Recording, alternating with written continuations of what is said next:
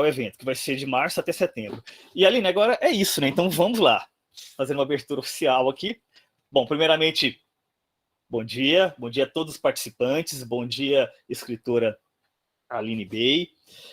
Eu sou Ademir Luiz, presidente da União Brasileira de Escritores, Seção Goiás, e este é o início e a cerimônia de abertura também da nossa 5ª edição das oficinas de escrita criativa da UB Goiás, que já é uma tradição aqui no estado, e trouxemos diversos escritores, né, de grande reconhecimento nacional e, claro, também internacional, de lendas como Chacal até iniciantes e tudo mais, pessoas muito ligadas à questão da internet, como Daniel Galera. Então, uma turma realmente muito boa. Este projeto, é sempre importante lembrar, ele foi aprovado pela Secult Goiás e está sendo viabilizado com recursos da Lei Aldir Blanc. A nossa palestrante é a escritora Aline Bey, autora de 2 romances bem consagrados, bem conceituados. O primeiro é O Peso do Pássaro Morto e o segundo, Pequena Coreografia do Adeus. Eu vou ler uma breve biografia da Aline, que está aqui na orelha do livro, né? Aline Bey nasceu em São Paulo em 1987, é formada em letras pela Pontifícia Universidade Católica de São Paulo, em artes cênicas pelo Teatro Escola Célia Helena. É editora e colunista do site cultural Oitava Arte. O Peso do Pássaro Morto é o seu primeiro romance, tem agora o segundo, por isso eu passo a palavra para a escritora Aline Bey. Bem-vinda, Aline. Muito obrigada, Ademir. É um prazer imenso estar aqui nesse projeto tão bonito com vocês. Agradeço o convite, a confiança. Bom dia a todas, todos e todes. Muito bom estar conduzindo esse encontro, aqui essa longa imersão que estamos vivendo de forma virtual. Quem dera pudéssemos também viver presencial, poder estar junto numa mesma sala. Tanta gente, né, para falar de literatura, para falar de escrita. Tenho certeza que será uma manhã muito bonita. E eu queria começar com um poema da Wisława Szymborska. Não sei se vocês conhecem essa poeta, já fica aqui a minha recomendação. É uma poeta polonesa, vencedora do Nobel, e esse livro é uma coletânea, né, de alguns poemas dela, e eu queria começar com um que eu sinto que pode nos dar as boas-vindas, hoje que justamente vamos falar um pouco sobre o desenvolvimento de uma sensibilidade a partir da escrita, e também pode nos mostrar o impacto e, de fato, a resistência que a palavra sempre oferece quando a gente quer tocar nela, para poder falar sobre as coisas que estão no mundo. Então, o poema se chama Conversa com a Pedra. Ele diz assim: bato a porta da pedra. Sou eu. Me deixa entrar. Quero penetrar no teu interior, olhar em volta, te aspirar como o ar. Vá embora, diz a pedra. Sou hermeticamente fechada. Mesmo partidas em pedaços, seremos hermeticamente fechadas. Mesmo reduzidas a pó, não deixaremos ninguém entrar. Bato a porta da pedra. Sou eu. Me deixa entrar. Venho por curiosidade pura. A vida é minha ocasião única. Pretendo percorrer teu palácio e depois visitar ainda a folha e a gota d'água. Pouco tempo tenho para tudo isso. Minha mortalidade devia te comover. Sou de pedra, diz a pedra, e forçosamente devo manter a seriedade. Vá embora. Não tenho os músculos do riso. Bato a porta da pedra. Sou eu. Me deixa entrar. Soube que há em ti grandes salas vazias, nunca vistas, inutilmente belas, surdas, sem ecos de quaisquer passos. Admite que mesmo tu sabes pouco disso. Salas grandes e vazias, diz a pedra, mas nelas não há lugar. Belas, talvez, mas para além do gosto dos teus pobres sentidos. Podes me reconhecer, nunca me conhecer. Com toda a minha superfície me volto para ti, mas com todo o meu interior permaneço de costas. Bato a porta da pedra. Sou eu. Me deixa entrar. Não busco em ti refúgio eterno. Não sou infeliz. Não sou uma sem teto. O meu mundo merece retorno. Entro e saio de mãos vazias, e para provar que de fato estive presente, não apresentarei senão palavras, a que ninguém dará crédito. Não vais entrar, diz a pedra. Te falta o sentido da participação. Nenhum sentido te substitui o sentido da participação. Mesmo a vista aguçada até a onividência, de nada te adianta sem o sentido da participação. Não vais entrar. Mal tens ideia desse sentido, mal tens o seu germe, a sua concepção. Bato a porta da pedra. Sou eu. Me deixa entrar. Não posso esperar 2000 séculos para estar sob teu teto.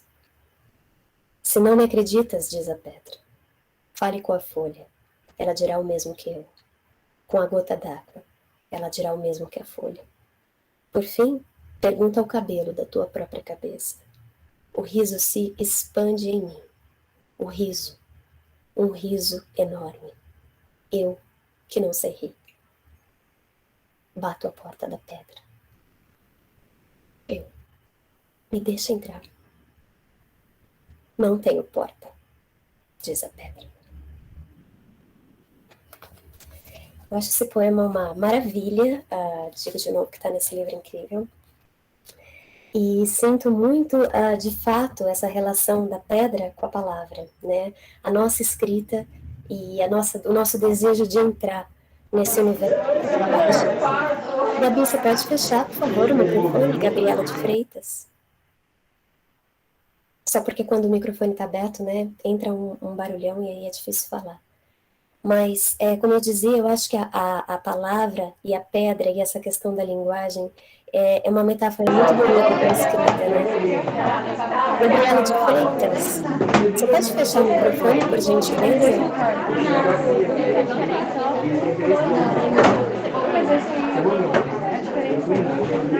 Acho que ela nem percebeu que está ligado.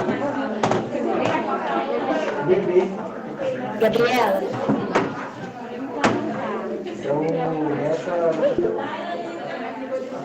Talvez seja bom, Ademir, você desligar o mic de todo mundo, sabe? Palavra. Estou tentando organizar isso. Gabriela, você poderia desligar o microfone, por gentileza?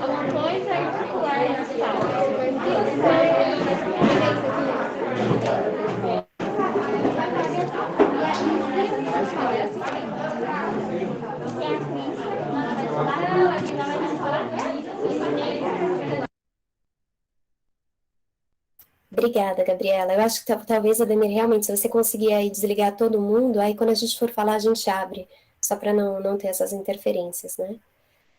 Mas, como eu estava dizendo, eu acredito muito nessa relação de insistência, né, com a linguagem, porque a impressão que tenho é que a gente nunca consegue, de fato, dizer o que a gente gostaria de dizer quando a gente começa a usar a palavra na folha.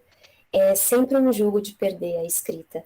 Tem o que está no mundo, o que a gente deseja dizer, contar, a nossa história, histórias que a gente, enfim, quer desdobrar no papel. Tem a execução, né, a nossa aproximação da linguagem, da sensibilidade, e depois tem esse resultado, que por mais interessante que fique, a gente sabe que ainda não é a coisa que está no mundo.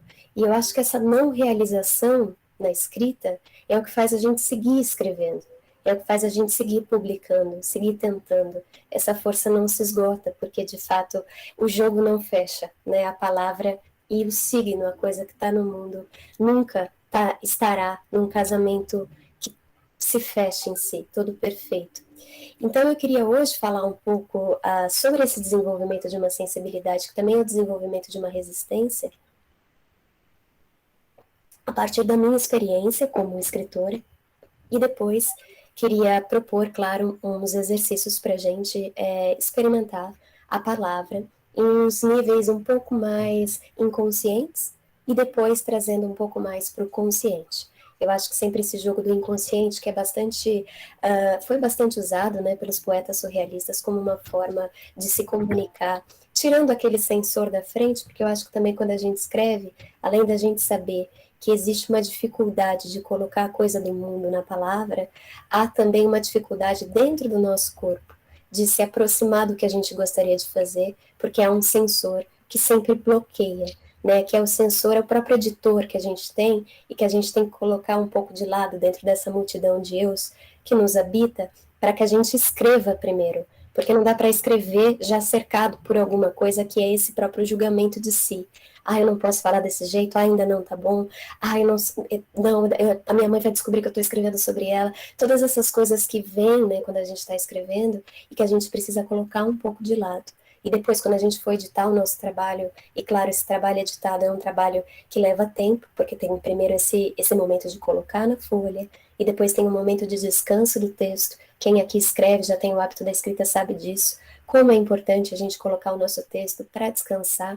Eu costumo até usar uma palavra que é me apropriando um pouco dessa questão da gaveta, né, que a gente tem muito como escritor, os textos estão todos na gaveta, que a gente possa reutilizar esse lugar da gaveta e convocar uma gaveta mais poética, porque não é uma gaveta que acolhe um esquecimento do texto, uma morte do escritor em nós, mas uma gaveta que nutre ela mesma com seus textos e seu espaço, esse texto que precisa descansar um pouco sem a gente, para que quando a gente volte a ele alguns meses depois, cada escritor, cada escritora sabe o tempo, né, que deixa o seu texto descansar, ele possa ter, a gente possa olhar para ele com um olhar estrangeiro, que é o olhar do editor. Mas aqui também, como a gente vai ter uma oficina só de 2 semanas, o jogo vai ser para que a gente jorre, que a gente não coloque nada para descansar nesse momento. E depois os textos que vocês vão produzir aqui, aí vocês colocam nessa gaveta poética, caso vocês tenham interesse em pensar esse espaço do descanso como um pão, né? Que a gente faz a massa e depois a gente precisa deixar ele descansar e ele cresce sozinho. O texto também cresce sozinho, isso é muito bonito de perceber. Só também provocando vocês, esse espaço onde vocês guardam os textos que vocês vão editar depois, ele pode ser um lugar onde a gente pode colocar coisas para nutrir esse texto, outros textos de poetas que a gente ama, cheiros, fotos, colagens, coisas que a gente sabe que pode nutrir, que tem a ver com o que a gente está escrevendo. Sempre pensando esse espaço. Eu acho que pensar o espaço como escritor também é uma coisa que hoje eu vou desenvolver um pouco aqui, por ter uma vivência que se inicia como artista no teatro. Então, já vou começar falando um pouco aqui do meu trabalho. Eu comecei no teatro, de fato. Quando eu era criança, os livros, eu vejo aqui a biblioteca do Ademir, né, que está com a câmera aberta, uma coisa maravilhosa, né, uma biblioteca bastante impactante e acolhedora simultaneamente. E eu era uma criança que frequentava bibliotecas. Eu amo ler, desde que me reconheço letrada. Acho que as histórias, a ficção sempre teve um papel na minha vida de acolhimento, de entendimento da realidade, e inclusive de integrar o meu corpo ao coletivo, porque sem a leitura eu me sentia ainda mais solitária. Eu acho que a solidão é algo inegável na condição humana, mas me sentia ainda mais solitária sem a leitura, e quando ela começou a fazer parte da minha vida, eu me sentia um pouco mais integrada, digamos assim, ao mundo, porque a leitura, por mais que pareça algo que a gente se desloca, ao mesmo tempo também a gente se aproxima, e também a gente vai falar um pouco sobre distâncias no segundo tempo aqui do nosso encontro. Mas como leitora, então, eu sempre fui um corpo curioso diante dessa palavra da escrita, mas nunca imaginei que seria escritora, não sei, aqui, infelizmente a gente está em muitos, eu gosto quando eu faço oficinas, geralmente as minhas oficinas são um pouco menores, claro, com até 20 pessoas, e a gente sempre se apresenta, conversa um pouco, então quero que vocês todos, todas e todos se sintam muito bem-vindos, mesmo sem essa apresentação. É muito bom estar aqui com vocês. Espero que ao longo aí da nossa vida a gente possa se trombar mais, se conhecer melhor. Mas, de qualquer forma, essa minha relação com ser escritora era algo que não passava, nem passava pela minha cabeça. Eu não conectava a experiência de leitura, o objeto livro, ou mesmo o nome que estava na capa daquele objeto livro, com uma atividade profissional, que é a atividade do escritor. Não colava uma coisa a outra. Essa figura, esse nome que estava na capa dos livros que eu adorava e que lia, era tão abstrato quanto um país muito distante, que eu pensava sobre ele de uma forma apenas imaginativa e muito, muito distante mesmo. Então, eu acho que essa questão da representatividade é uma das coisas mais importantes para a gente trazer o ofício do escritor para mais perto da nossa existência. Eu não sei quantos de vocês aqui de fato são escritores, quantos de vocês são escritores, mas ainda vivem uma vida com outro trabalho, gostaria muito de colar uma coisa a outra, gostaria muito de, enfim, ser escritor por todas as horas do dia, ou quantas pessoas aqui escrevem para si, porque todos esses gestos são nobres e importantes, e precisam ser, a gente precisa dedicar nossas horas a eles, seja escrevendo para publicar, seja escrevendo para si também, são coisas que nos nutrem, né, como seres humanos também. Mas então essa experiência de leitura, ela para mim era muito vinculada ao teatro. Curiosamente, eu venho de uma família de não artistas, então era uma casa sem livros, eu trouxe que gostava muito de frequentar a biblioteca do meu colégio, que foi o lugar onde eu comecei a me alimentar como leitora. Ademir, você pode fechar seu mic, por favor? Muito obrigada. E comecei a me alimentar como leitora, e para mim os livros, logo depois da leitura, eles sempre convocavam o meu corpo.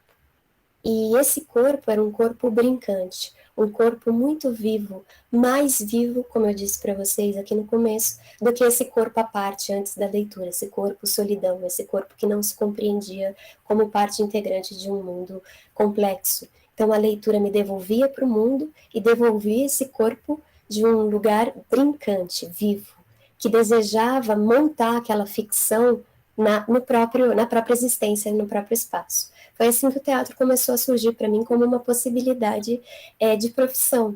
E mesmo que eu nunca tivesse ido ao teatro, a primeira vez que eu fui ao teatro foi aos 14 anos, com a escola. Eu assisti uma montagem do livro do Marcelo Rubens Paiva, um grande autor nosso, Feliz Ano Velho, que é um livro, um clássico também, e fiquei muito impressionada, mas o meu desejo de ser atriz já era bastante anterior a essa primeira experiência de visitar o palco.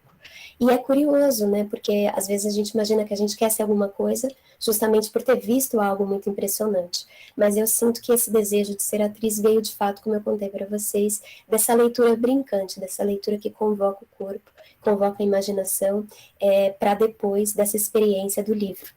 E fico também aqui, já quero deixar algo dito, que é essa experiência do clube de leitura, né? Porque eu que sempre fui uma pessoa que terminava uma leitura, mas o livro não terminava em mim, então era só o começo daquela história em mim, no mundo. É muito interessante, depois quando eu fui descobrir isso mais adiante, porque era uma leitura solitária, lia, brincava, mas ficava dentro do meu eu fazendo tudo isso, porque também não era acompanhada por outras leituras, minhas amigas e amigos do colégio não gostavam de ler como eu gostava. Então, quando eu descobri o clube de leitura mais adiante, isso muito mais adiante mesmo, depois que eu publiquei O Peso do Pássaro Morto, meu primeiro livro, já com 30 anos, eu descobri essa catarse da experiência coletiva diante de um livro. É maravilhoso a gente poder ler e não acabar essa experiência em nós, né? Além da gente poder, claro, tem a internet hoje que a gente consegue compartilhar nossas impressões, a gente consegue também influenciar outros leitores com as leituras que a gente faz e, consequentemente, ser amplamente influenciado pelos nossos amigos, pelas pessoas que a gente admira, tem essa experiência incrível que é um clube de leitura, onde a gente pode ler um livro, contar como isso reverberou, escutar a reverberação do outro e sair, não com um livro lido, mas com 15, 20, 30 livros lidos em cima do livro. Porque quando a gente termina uma experiência de clube, a gente sempre tem que voltar para a leitura, a verdade é essa, porque você já não conhece o livro que você leu, você achava que conhecia, né? Então uma nova experiência se abre. Tudo que é abertura diante do livro me interessa. Acho que também as oficinas, os encontros que são sobre escrita, a partir da escrita, também fazem isso com o texto, porque expande. Eu acho que o livro ele sempre merece essa expansão. Ele não pode terminar só nesse ato inicial, que é o ato da leitura ou de uma primeira leitura. E também já intero aqui que escrever é sempre reescrever e ler é sempre reler. A gente não termina de ler um livro que de fato causa um impacto, ou que vai ser um estudo para a gente, ou que faz parte das nossas referências literárias uma vez só. A gente tem um primeiro contato de corpo com ele, a gente vai ter outros. E o texto, o nosso texto também é assim. escrita é reescrita. Às vezes a gente lê um texto de alguém que a gente admira e fala, uau, isso parece que saiu como se fosse uma luz da boca da pessoa e simplesmente se instalou na página com uma precisão incrível. O cara sentou uma noite e escreveu. É claro que existem essas noites febris de trabalho, mas elas vêm permeadas de muita luta anterior. E aí a impressão que tem é que o livro saiu como se fosse algo pronto, mas é um trabalho muito duro a gente chegar no texto, dentro do texto, no que a gente quer, ou no máximo que a gente consegue. Nunca vamos nos enganar achando que é fácil para alguém escrever, por mais genial, talentoso, sensível que a pessoa seja. É muito difícil escrever.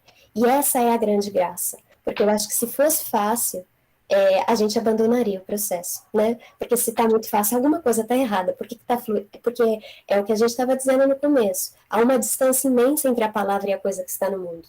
Como é que pode ser fácil escrever, então, se a gente está aproximando coisas inaproximáveis? Que é essa questão da pedra, que a Wisława fala no começo, né? Então, de fato, a escrita sempre vai causar suor, vai causar desespero, vai causar assombro e, claro, vai causar muito prazer, muita alegria, porque a gente também escreve pelo prazer, né? Acho que essa visão do escritor absolutamente melancólico, triste, também é uma fantasia, porque se fosse tão ruim, tão duro escrever, ninguém ia ficar ali, né? Há um prazer velado em todo esse gesto, porque a dificuldade também, ela exerce um prazer quando a gente alcança alguma coisa que estava difícil de alcançar. Então, eu acho que a escrita, a leitura também é muito desafiadora, até mais, porque eu acho que a escrita nasce na leitura. Não é possível ser um escritor sem ser um leitor. É possível ser um leitor que não escreve, que não... Ele pode escrever, porque a escrita é algo que é inato a todos nós, é algo que a gente pode realizar, mas ele pode não querer escrever. Agora, não existe um escritor que não seja um leitor. E quando eu digo leitor, essa palavra leitor, igual aos clubes de leitura, a gente sempre vai expandir.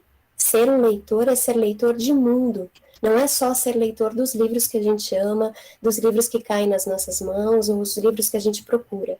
Ser leitor é ter uma sensibilidade diante do mundo permanente. Ser escritor é um estado. A escrita, ela não é só o momento onde a gente senta na frente do computador ou abre o nosso caderno e derrama ali o que está dentro da gente em forma de palavra. Ser escritor se inicia muito antes de tudo isso. Se a gente não tiver um preparo de corpo e de sensibilidade, que é o que a gente vai conversar um pouco aqui, não é possível jamais derramar metade do que a gente poderia derramar como escritores. Por isso que eu acredito numa escrita que é permanente e que ultrapassa o gesto da mão na página, né, da escrita em si mesmo, da fisicalidade da palavra. É anterior e também posterior. Isso reverbera e toma toda uma vida. Então, voltando a essa infância, que eu acho muito importante, acho que a infância é sempre um lugar onde a gente volta como artista, volta como pessoa, porque algo ali se realiza que jamais se realizará novamente. São poucos anos, né, dentro da nossa existência, mas que marcam definitivamente a nossa fase adulta, a nossa fase madura, porque a infância é esse momento onde um corpo está aberto para tudo. Ele vai se fechando aos poucos. Algumas ilusões se partem, esses poros eles vão se protegendo do mundo, mas há um momento inicial em que a gente acredita e confia nas coisas. A gente é pura presença, há um momento que a gente consegue ser pura presença no espaço, que é um presente contínuo da infância, né?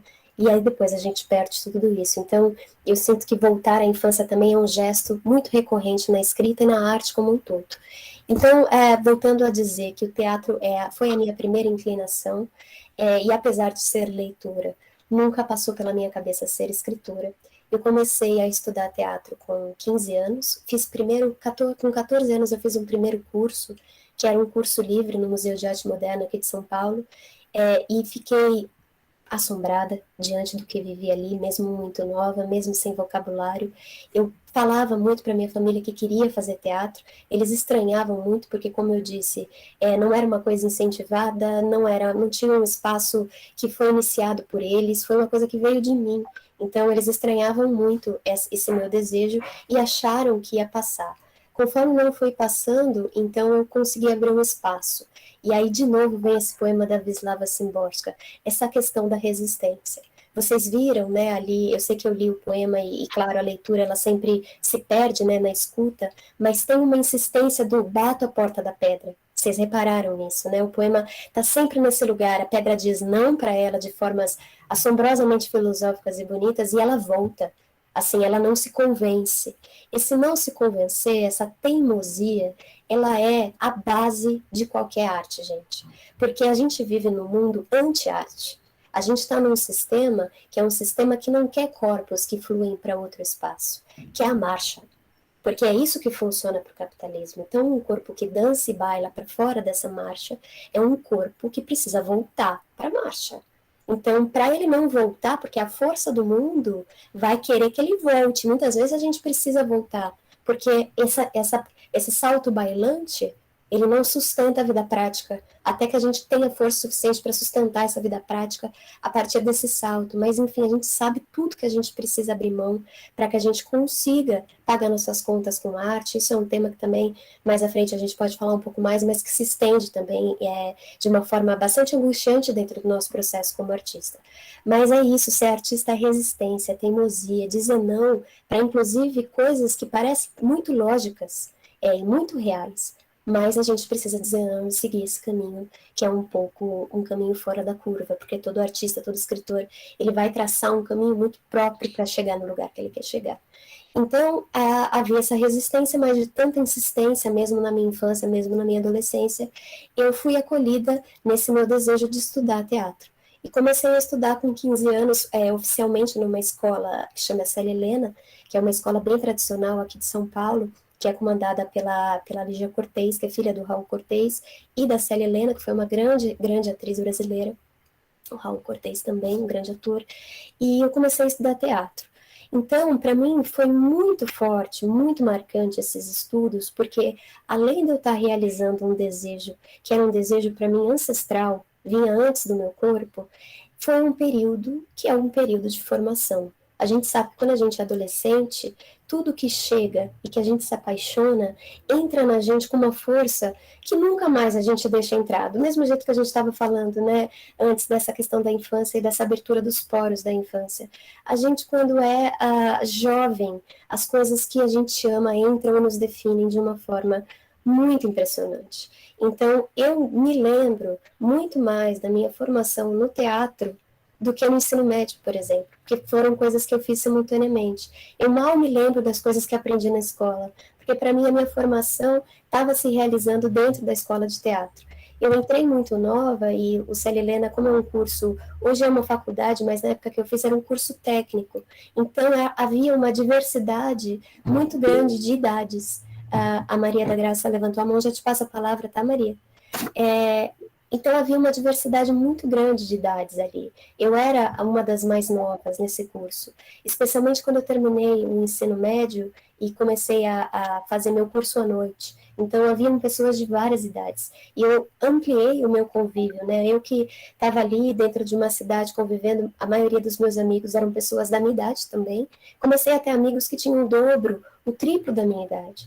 E pessoas da minha idade também. Então isso foi uma vivência, eu que sempre fui uma pessoa que me dediquei à arte por muito tempo na minha vida, desde o início. Então a gente pensa também que um escritor, para ser escritor, precisa ser uma pessoa muito experiente, que tenha vivido de tudo, que tenha passado por quase tudo. E assim, o que eu posso dizer para vocês é que a minha vida foi uma vida de estudos. E uma vida que os encontros que me aconteceram foram encontros que vieram desses estudos. Então, ter conhecido esse leque de pessoas nessa idade tão jovem, isso formou o meu eu de uma maneira, assim, absoluta. E aí, quando eu comecei a escrever, era impossível para mim não retornar a esse espaço de criação. É por isso que eu sempre trago a minha vivência no teatro para falar da minha escrita, porque a minha escrita não existiria se eu não tivesse sido atriz, se eu não tivesse vivenciado o teatro, e digo sido e já jogo fora, porque sou. Apesar de nunca mais ter voltado para o palco, essa experiência definitiva, ela tem um frescor tão grande dentro da minha existência, ela é o lugar onde eu volto.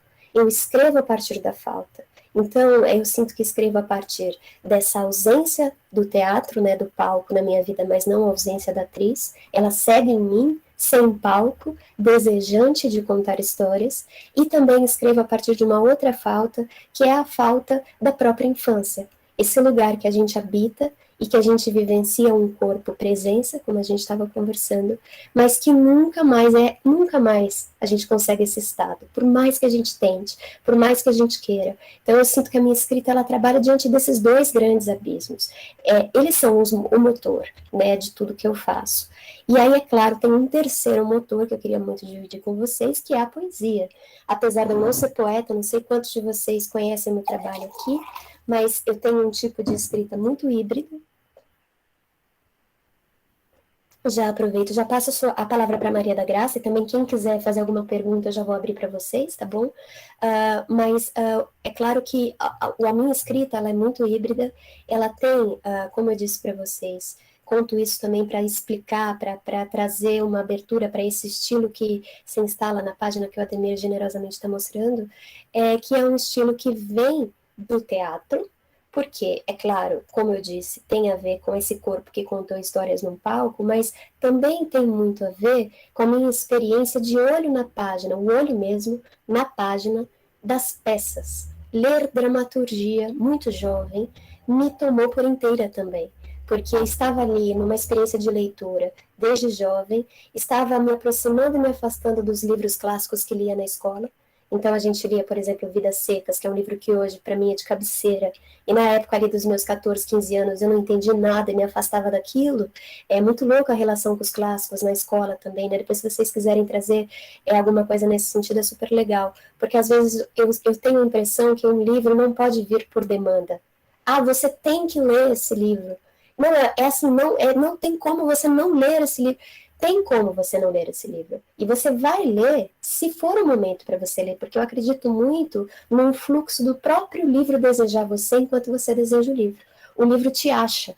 Quando você precisa ler um livro, ele aparece insistentemente na sua vida. Às vezes você está numa livraria, está ali, uma amiga fala, tem que ler, aí você fala, não, tudo bem. Aí aparece de novo, você sente uma convocação ali, que é muito diferente de uma demanda, né? Que tem que ler, no caso da escola, para que faça provas, para que passe no vestibular, para tudo menos para literatura, porque convenhamos que na maioria das escolas, pelo menos no meu tempo de formação, a aula de literatura é uma aula que era totalmente tomada por uma demanda capitalista, que é você precisa entrar numa faculdade para ter uma profissão, para que, enfim, você tem que ler uma lista de 15 livros, que são livros que a gente tem que ler numa vida. Essa de Queiroz, acho que a gente lê numa experiência de 6 meses para passar no vestibular, tanto que os alunos recorrem diversamente a resumos, a professores que trazem algo mais teatral, para que a gente possa se lembrar de tudo aquilo, porque, enfim, não é uma experiência que você compacta em alguns meses para que você faça uma prova de vestibular.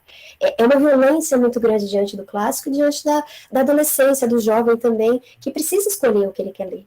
É um direito a gente escolher o que a gente quer ler, né? E isso nos é negado o tempo todo na escola, e acho que é por isso também que a gente tem uma relação, muitos de nós, não sei quantos aqui, mas inclusive fora desses espaços literários, de se distanciar dos livros. Eu acho que causa um trauma muito grande, porque não há um fluxo de liberdade diante de uma estante de livros, e sim um fluxo de demanda que sempre acaba tirando mesmo o tesão de qualquer experiência artística.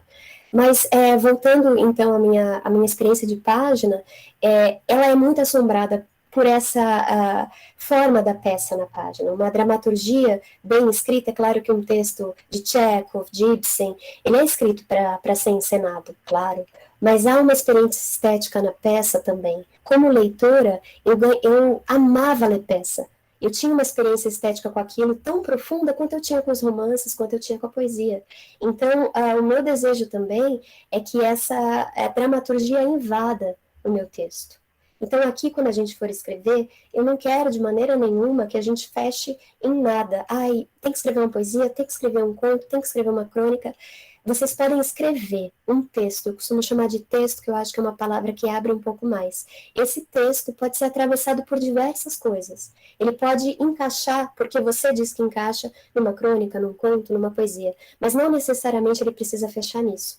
Eu acho muito bonito quando a gente olha para o gênero de uma maneira mais expandida. Os outros que classifiquem, os críticos estão aí para isso. Mas a gente, como artista, não tem que fechar sempre essa porta de, nossa, agora eu preciso escrever um conto.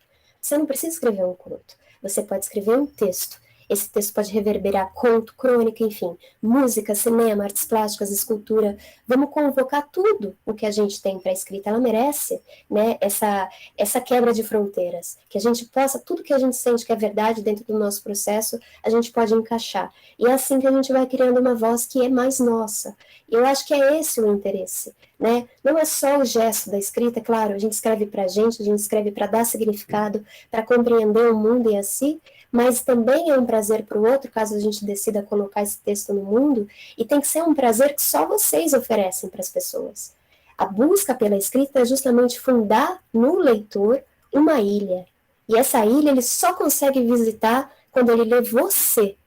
Só isso. Porque todos os escritores, a gente precisa, ainda bem, estamos num casamento que não é monogâmico com a literatura, é poliamor. A gente chama Machado, a gente chama Conceição, a gente chama José de Alencar, a gente chama Clarice, a gente chama Manuel de Barros, tudo, tudo, a gente precisa de todos, não dá para ficar só com um, porque todos eles fundam uma ilha na gente. A gente só consegue voltar para lá quando o Saramago nos leva, a gente só consegue voltar para lá quando a Hilda Hilst nos leva. A gente não vai precisar escolher entre Saramago e Hilda. A gente pode ter todos. Isso é maravilhoso. Então, como escritoras e escritores, outra coisa que eu gostaria de falar é: não fiquem intimidados pelos autores e autoras que vocês amam.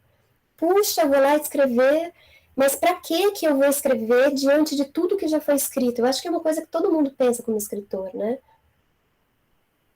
Olha que maravilha, para que eu vou? O que eu vou fazer lá? Nessa festa, né, que já está por séculos montada e maravilhosa e reverberando. Justamente fundar a sua ilha. E a gente também tem que entender que se a gente ama um escritor, não é para que ele mobilize o nosso gesto. Na verdade, ele é nosso par de dança, parceiro de vida. Porque se a gente ama um escritor ou uma escritora, é porque ele diz muito a respeito também dos nossos desejos, dos nossos sonhos, dos nossos medos, dos nossos assombros. O que acontece é que ele está mais à frente na floresta. Eu costumo dizer que esses escritores e escritoras que a gente ama, eles são o nosso farol. Eles estão iluminando uma floresta densa, que é a floresta da linguagem, a floresta das artes, e eles estão mostrando um caminho para a gente. Então, não é para a gente amar a Clarice que ela imobilize a nossa pena, não. É para a gente seguir caminhando, porque ela está lá adiante. E a gente vai seguir caminhando. Ela está no horizonte, a gente vai caminhar. Ela faz a gente seguir caminhando. Então, não vamos ficar intimidados pelas pessoas que a gente ama, até porque a gente não pode se comparar jamais. A gente faz isso o tempo todo com a nossa escrita, a gente está iniciando nossos estudos, estamos nos primeiros gestos diante da página, aí a gente pega Virginia Woolf, no auge de sua carreira, no trecho mais magnífico e fala: nossa, não tem nada a ver com o que eu estou escrevendo. Mas, gente, que injustiça, é um texto pronto, é um texto de uma mulher genial, e é um texto pronto, o nosso não, o nosso está em processo. A gente não pode fazer esse tipo de... É como comparar um feto que está sendo gestado com uma pessoa no mundo que já tem todas as suas conquistas, enfim, que já está adiante na vida, né? Então, essas pessoas nos guiam por caminhos que são nossos, mas elas jamais podem mobilizar a nossa pena. O convite é para que elas entrem, invadam a nossa narrativa. Ser inspirado por, roubar, ler, tenha um caderninho onde você coloca todas as suas inspirações. Você está lendo um livro, tem frases incríveis, anota. Quando você for escrever, você vai escrever acompanhado por essas iluminações, sabe? Junto, não separado, não à parte, não sendo acuado pela beleza, mas compartilhando dessa luz que a beleza sempre oferece. E aí, voltando então a esse estado híbrido do texto, ele, como eu disse, ele é muito vinculado, muito atravessado pelo teatro, corpo, teatro, dramaturgia, ele é muito atravessado pela perda da infância, pela menina que fui, mas nunca é uma perda total, porque essa menina ainda está em mim. Eu acho que crescer, ser, amadurecer, não é esquecer quem a gente foi, é coexistir, é trazer as forças que fomos para frente todos, como se a gente pudesse ter uma linha, né, de um presente contínuo que é cheio de pessoas que nos habitaram, né? Não esquecer essas pessoas que nos habitaram. Então, a minha menina é uma fonte de criação muito poderosa na minha escrita. E ela e a minha atriz têm idades parecidas, porque a minha menina, desde que me lembro, era apaixonada por livros e se apaixonou pelo teatro. Então, uma e outra são muito amigas, muito próximas, quase se transformam numa mesma coisa. E aí, é claro, existe a escritora que sou eu, essa mulher mais madura hoje, mas a força não vem de mim. Eu só estou tentando organizar a festa. A energia é delas, então vem delas. Então a minha prosa ela é muito atravessada por isso. E uma outra coisa que atravessa, que também é a partir da falta, é a poesia. Como eu disse para vocês, não sou poeta, mas eu sou alguém apaixonada. E assim, a palavra apaixonada está muito desgastada. A gente fala que é apaixonado por alguma coisa, as pessoas não acreditam no que a gente está falando, porque o que é estar apaixonado? Já foi. Isso é tão antigo, né? O que é? Mas a paixão é uma coisa que a gente precisa recuperar. Eu sou apaixonada de uma forma profunda pela poesia. Eu gostaria demais de ser poeta. Quando comecei a escrever na faculdade de letras, que foi aos 21 anos, eu tinha, de fato, a impressão de que era poeta apenas por amar a poesia. Então eu achava que, numa ingenuidade de 21 anos, que por amar alguma coisa a gente podia se integrar a ela de uma forma absoluta. Eu fui começando a publicar na minha revista da faculdade, na seção poesia. Jamais convenci ninguém de que eu era poeta, publicando na seção de poesia. As pessoas vinham falar comigo, muito legal o teu texto, mas está na seção errada, não é poesia. Eu migrei para a seção de contos, achando que ia encontrar um espaço. As pessoas me falavam, muito legal, mas não é conto. E o que podia me mobilizar diante da escrita, bom, eu não sei escrever então, porque nada que eu escrevo parece caber em lugar nenhum. Por um momento, é claro que me entristeceu, especialmente a parte poética, mas num segundo tempo, o que eu entendi? Que eu escrevia na fronteira das coisas, e que isso podia ser uma limitação, e era, mas a escrita se faz com a limitação. A gente não escreve com as nossas virtudes, porque as nossas virtudes, elas acabam na página 5. A gente escreve com a teimosia da pedra que a Vislava traz aqui. É com o que a gente não consegue fazer. A gente escreve a partir da dificuldade. Então, a partir desse ato de não conseguir, a gente começa a não desistir. E aí a gente começa a encontrar caminhos.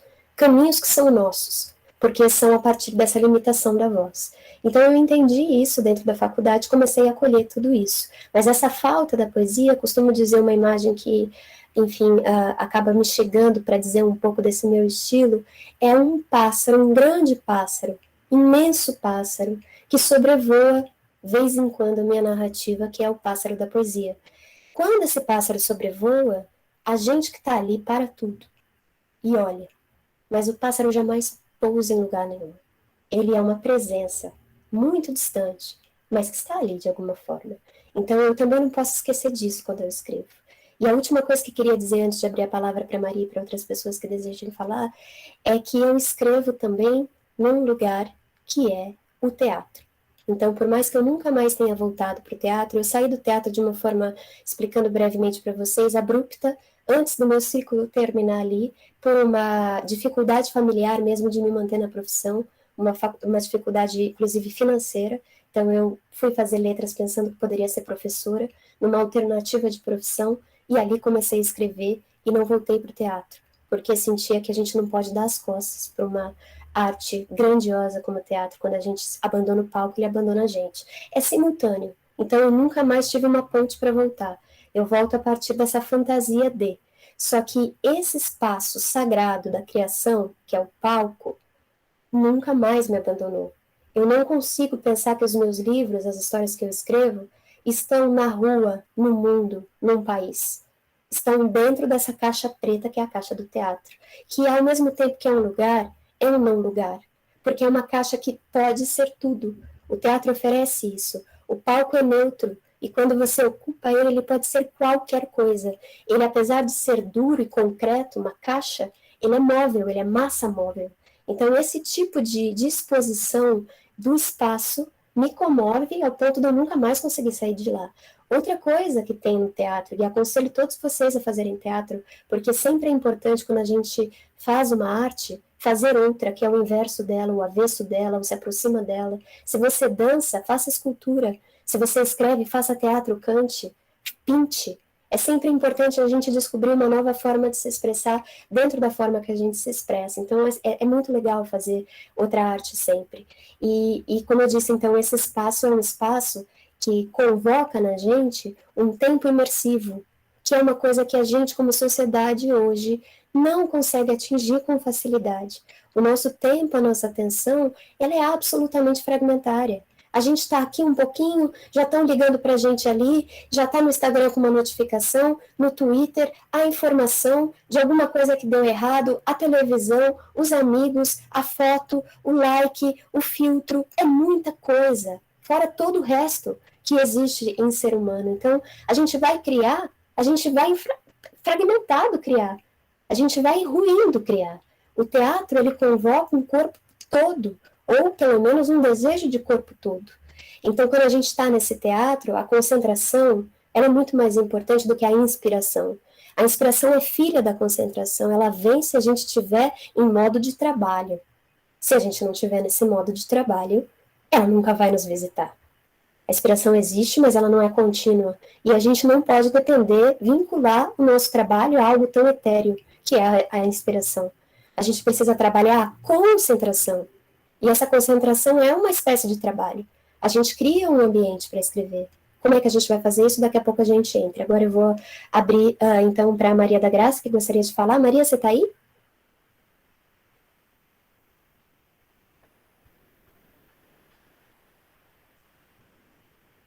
Maria, abra o áudio, por gentileza. Agora você está com o áudio fechado. É porque eu estava sem som. Sim. Mas aí eu mexi aqui até que o som voltou, tá? Tá, muito obrigada, viu? Imagina, você gostaria de fazer alguma pergunta, Maria? Não, eu estou achando boa a oficina e estou retornando. Eu tenho 74 anos.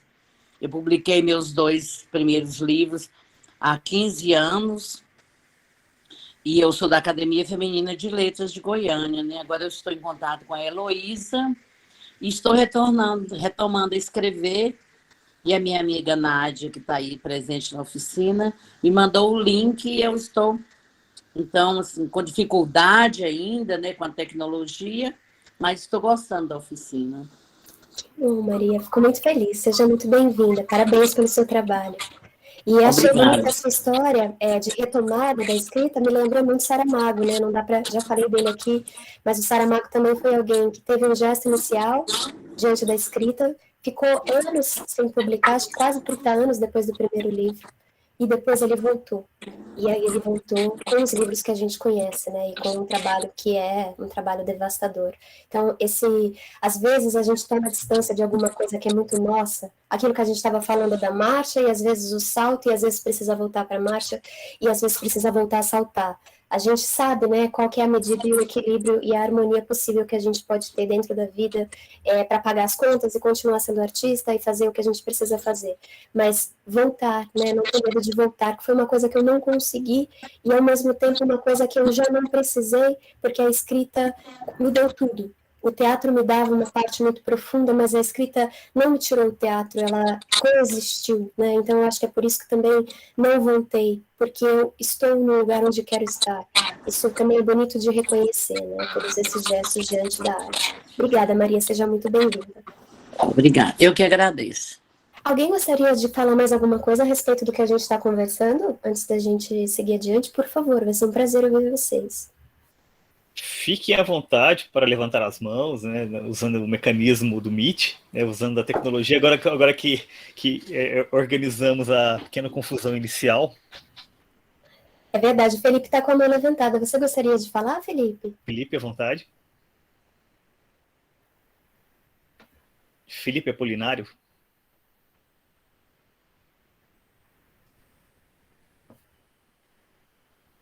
Será que ele não escutou? Será que ele levantou a mão sem querer? Ah, o microfone travou. Felipe, se quiser perguntar aqui no chat, fique à vontade. Nós podemos usar essa possibilidade também. Mas enquanto você escreve, Aline, deixa eu fazer uma pergunta. Você veio do teatro, né? Sim. Né? A sua formação foi muito bem apresentada. E é claro, nós sabemos que houve uma adaptação do Peso do Pássaro Morto para os palcos e tudo mais. Houve até você até divulgou bastante as representações, foi bem legal. Mas você falou que se eu entendi bem, que você talvez não pretende ter, no primeiro momento, uma escrita dramatúrgica. Por que isso? Você acha que a ideia dessa criação de personagem para palco talvez não é o que você quer em literatura? Eu acho que tem muito a ver com o que eu estava dizendo, dessa questão de trabalhar na fronteira das coisas. Eu sinto que a minha escrita se fortalece nessa linha tênue que divide o que é uma dramaturgia, do que é uma poesia, do que é um conto, do que é um romance. Então, eu gosto muito disso, assim, é isso que me interessa. De nenhuma maneira eu gostaria de fechar o meu trabalho dentro de um gênero. É claro que eu nomeio esses 2 livros que publiquei, vou mostrar a Pequena também, porque a gente mostrou o Pássaro, então esse é o meu primeiro livro, esse é o meu segundo livro, Pequena Coreografia do Adeus, que foi publicado no ano passado pela companhia. Então, eu não tenho um desejo de fechar, apesar de chamar esses textos mais longos de romance, mas eu sinto que é um romance muito particular, é uma ocupação dessa palavra, porque acho que o romance talvez seja o gênero que me dá mais abertura para poder trabalhar, mas é claro que não é exatamente um romance. Qualquer pessoa que fosse aproximar do meu trabalho procurando referências clássicas do romance, talvez se decepcione, né? Porque é uma mistura de muitas coisas. E sinto também que esse desejo de fronteira, de hibridismo, talvez permeie a minha geração, ou boa parte dos escritores da minha geração, que por mais que não tenham um trabalho que também explora a página, como eu nesse momento, também desejam uma fluidez e um ritmo que flerte com diversos tipos de narrativa.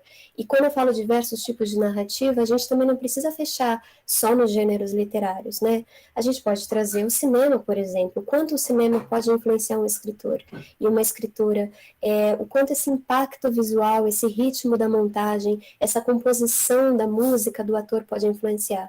Uma coisa que eu penso sempre, eu amo cinema, mas como eu nunca estudei cinema, sinto que talvez o cinema me influencie por camadas um pouco mais inconscientes. O teatro já é bem mais consciente por conta desses estudos que fiz.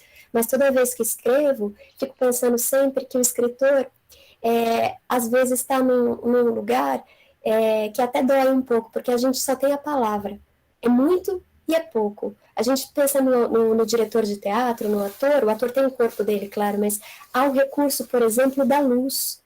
E a luz é um recurso tão potente no cinema, no teatro, mas aqui eu vou falar especificamente do teatro, porque a luz transforma o ambiente. Mesmo que o ator esteja dando tudo com o teu corpo ali, transformando realmente a experiência do público, porque houve uma virada de chave, porque a cena mudou a atmosfera, a luz cai de um jeito diferente na cena, e por mais a gente está ali na história, assistindo, imerso, a gente às vezes não reconhece que foi a luz, mas a luz tem um impacto narrativo tão bonito. E aí, quando eu estou escrevendo, eu fico pensando onde é que está a luz do meu teatro, como eu disse para vocês, né, esse velho teatro que me acompanha como forma de criação. Como é que essa luz cai? Porque até um pequeno, quem vai ao teatro bastante, ou quem já acompanhou a montagem de uma peça do backstage, né, assim, olhando o ensaio geral, tem um barulho que a gente escuta quando o teatro está vazio, da luz, quando ela cai. Ela faz uma espécie de zzz, zzz. E isso muda tudo, tudo, tudo, tudo. Porque eu acho que também ser artista é um lugar de trazer uma sensibilidade total. Sabe esse corpo presente que a gente estava falando? Às vezes também no nosso dia a dia a gente tem 5 sentidos, eu acho que a gente tem muitos mais que a gente ainda não conseguiu descobrir, mas o quanto a gente explora esses 5 sentidos na nossa vida diária? Muito pouco. A gente mal se lembra, né? A gente está sempre usando o recurso do olho, que parece que a visão ela é talvez o carro-chefe dos sentidos, e a gente fica sempre pensando, quando a gente vai falar do personagem, o personagem viu, olhou e disse, a gente sempre usa o recurso do olho, mas fazendo teatro, fazendo dança, performance, estudando essas outras artes, a gente percebe a expansão do corpo. Porque a gente não precisa escrever uma história que é sempre a cabeça que conta. Mental, né? Como escritor, a gente pensa uma experiência mental.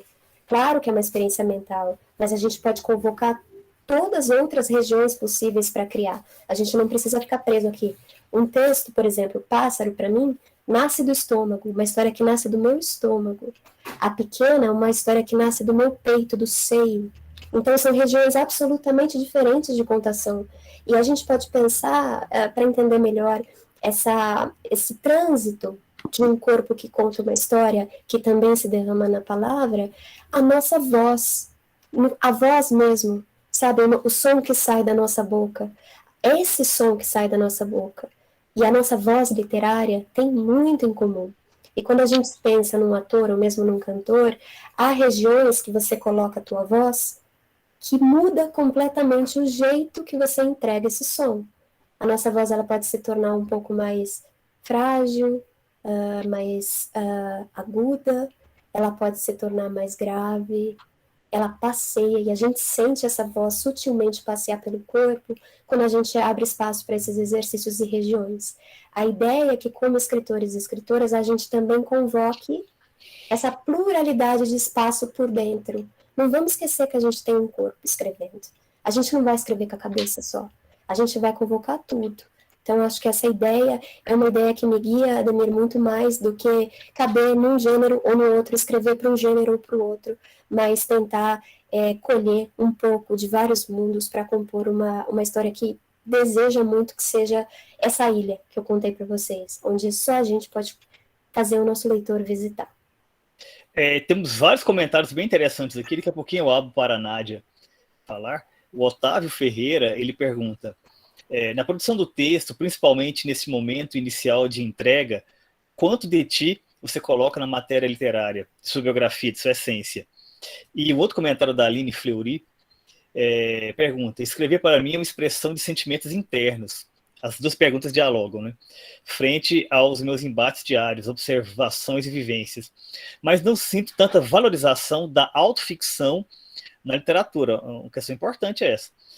Como moldar essa inspiração pessoal e encaixá-la em um romance, por exemplo? E ela diz, acho tão difícil. De fato. Lindas questões. Então eu vou responder primeiro o Otávio, depois eu já entro na questão que a Aline trouxe, duas questões muito sensíveis.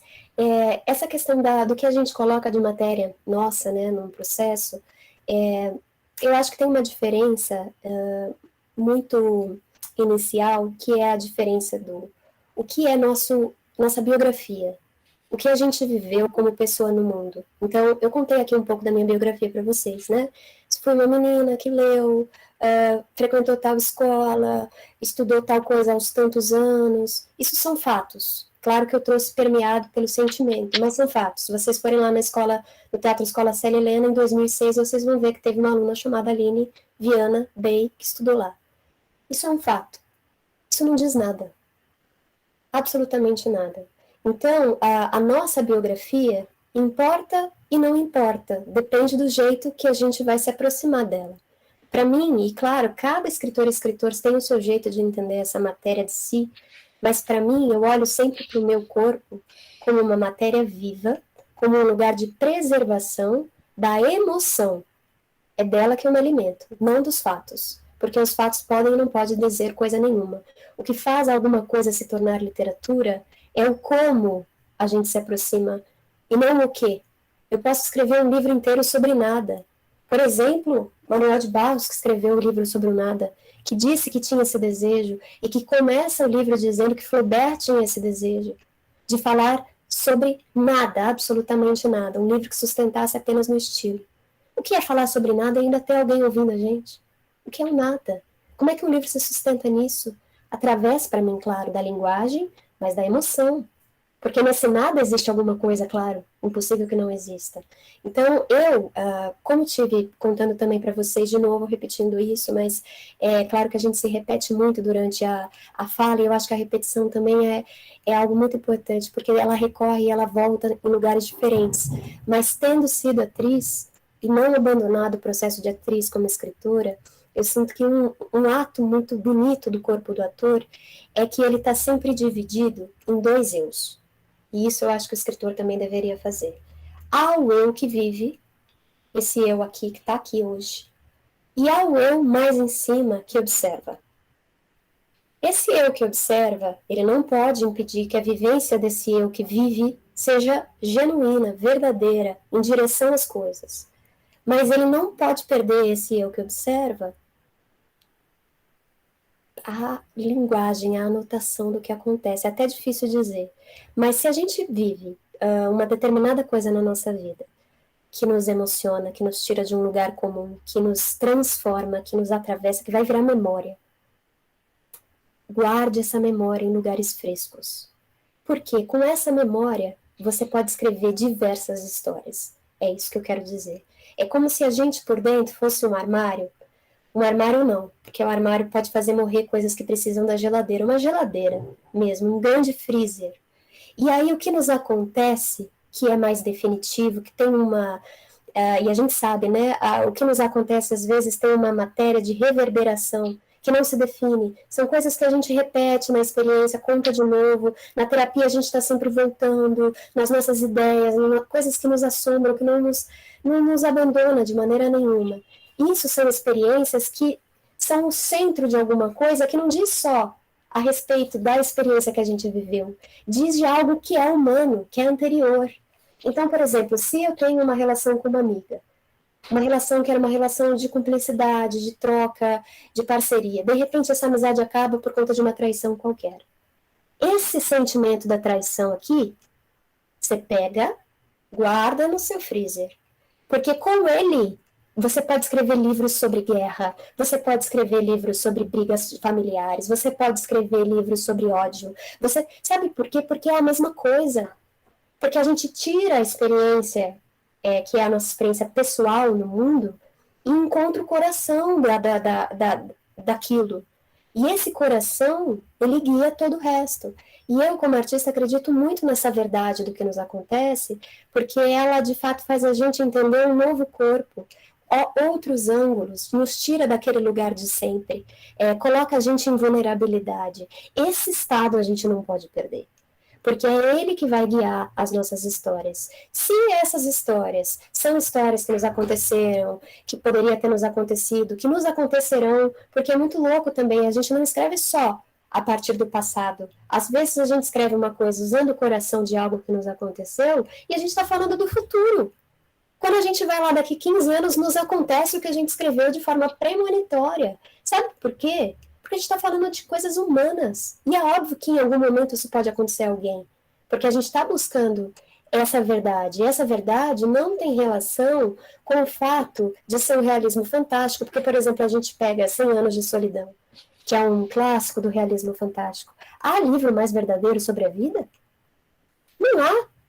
E ele não está se prendendo a fatos, a questões que lhes acontecem, a um realismo, que é um realismo que se justifica, né? Mas ele está expandindo isso, e expandindo ele se aproxima da nossa vivência humana.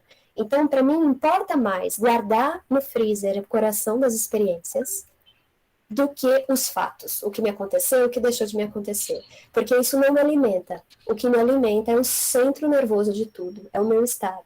E para que a gente não perca isso, a gente precisa colocar esse corpo a serviço da arte. Como eu disse para vocês, um escritor não é escritor quando ele senta só no computador e começa a escrever. A escrita, como eu disse lá no começo, é um estado. E é por isso que eu digo que ela é um estado. Porque você não descansa como artista. Você está vivendo e você está observando. Sempre bom também, só aproveitando para terminar a questão do Otávio, ter um caderno. Não sei se é um hábito que vocês têm. Eu sei que parece banal, mas não é. Porque se a gente colocar a nossa escrita sempre a serviço ou da tecnologia, ou celular, né? Porque o celular é um lugar onde a gente nada contra, o uso do celular é super importante, mas o celular é um lugar onde a gente faz muitas coisas. A escrita merece um lugar reservado. Ela merece estar à parte, porque ela é à parte. Então, se você tem um caderno onde você pode colocar as suas experiências, que talvez ainda não sejam literárias, mas que estão flertando com a literatura, observações de mundo, sensações, você é atravessado por alguma coisa na rua, se você anota ali, tem o seu caderno sempre à mão, puxa, é maravilhoso, porque quando você vai escrever, você não escreve sozinho, você escreve junto com todas essas sensações. E se a gente confiar só na memória, o que acontece? A gente perde, porque às vezes a gente precisa... A Virginia Woolf fala sobre isso, né? Tem um momento em que as sensações, elas precisam de privacidade. Elas ficam dentro da nossa cabeça, no lugar do inconsciente, no véu do inconsciente, e para que elas possam se encontrar e criar imagens de uma beleza morredora, que é o termo que ela usa, elas precisam dessa privacidade. Mas tem alguns momentos que a palavra chega para a gente. E às vezes é isso, a gente está escrevendo o nosso livro no nosso inconsciente, ainda não foi para a folha, mas o nosso livro está aqui. Está sendo gestado em todo o nosso corpo, o nosso inconsciente está trabalhando nessas palavras. Aí a gente está caminhando na rua, passa um caminhão, vem uma imagem maravilhosa. Você fala, meu, e vem a frase. Só que se você não anota, sabe o que acontece? Você chega em casa e não lembra. Me aconteceu isso com o pássaro. Eu estava caminhando na rua, já pensando em escrever a minha história mais longa, que é o meu primeiro romance, pensando nas perdas, mas não estava naquele momento pensando exatamente sobre isso, mas meu corpo estava reverberando a história, porque já estava convocado para a escrita. Me veio o peso do pássaro morto. Eu até parei, eu senti um impacto na testa, assim, como se alguém tivesse jogado alguma coisa na minha cabeça. Eu falei, nossa, mas essa imagem é boa, eu não tinha nada para anotar. Eu fiquei repetindo até chegar em casa.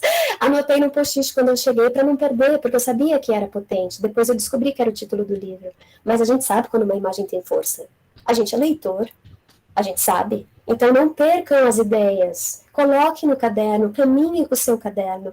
Seja escritor todos os dias. No teu trabalho, que é outra coisa, sobre outra coisa. Esteja. Presença, é isso que vai te fazer escrever os livros que você quer escrever. E aí só perguntando aqui, a Aline, né, voltando assim na questão da Aline, que eu acho que de alguma forma a gente começou a conversar já sobre isso, eu estava até antes do nosso encontro assistindo eu vou compartilhar aqui no nosso chat depois, um episódio do Café Filosófico que fala sobre o cansaço na ficção. Quem estava dando essa aula é o William Fuchs, que é mestre, né, nessa questão da autoficção. Não é a minha especialidade, então o que eu posso dizer é a partir de uma vivência de uma pessoa que não escreve autoficção, mas para mim tem muito a ver, como eu disse, como compartilhei com vocês, com esse lugar de guardar a emoção de alguma coisa essencial, para que ela possa me guiar por outras experiências narrativas, para que quando eu escrevo uma história sobre algo que eu nunca vi, nem vivi, eu não me sinta tão distante, que eu possa encontrar no meu corpo, na minha existência, experiências parecidas. Porque uma coisa que eu não quero, apesar de não escrever autoficção, é me distanciar dos meus personagens. Por mais que eles façam coisas que eu penso que a Aline jamais faria. Só que eu não posso escrever julgando. Se tem uma coisa que a gente não pode fazer na escrita, é julgar. A gente tem que pôr em movimento. Um outro vai julgar. E é claro, você depois que terminar o teu trabalho, você vai poder dizer caminhos que você considera adequados ou não. E pautas que surgirão a partir do teu livro. Mas você não pode escrever com a pena pesada do julgamento, porque senão sabe o que você vai fazer? Você vai resolver o livro. É muito mais interessante, quando você está escrevendo, você trabalhar a complexidade humana, porque não há ninguém que seja absolutamente detestável. Existe, a gente pode pensar até no nosso próprio presidente, mas vamos supor, assim, num lugar mais humano, as pessoas são detestáveis e adoráveis em alguns pontos. Quando você está escrevendo, você precisa trabalhar a luz e a sombra.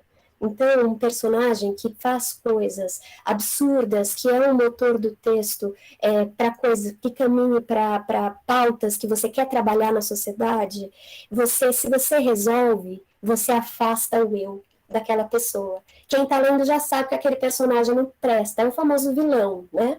Que é um pouco daquela questão de histórias um pouco mais na superfície das coisas. Então, vilão, tá resolvido, eu não me envolvo com essa pessoa, ele é um vilão, não quero nem saber. Eu e ele estamos cada um em um país, jamais vamos nos tocar. Agora, se você convoca a humanidade do vilão, o que acontece? Em cenas que você não entrega o que está acontecendo, inclusive uma pessoa de bem pode, de alguma forma, se identificar com o gesto do cara ou da mina. E aí depois a pessoa se questiona, meu Deus, eu me identifiquei com esse gesto. É esse tipo de atividade, de assombro diante do eu, que interessa na literatura. É por isso que a gente lê.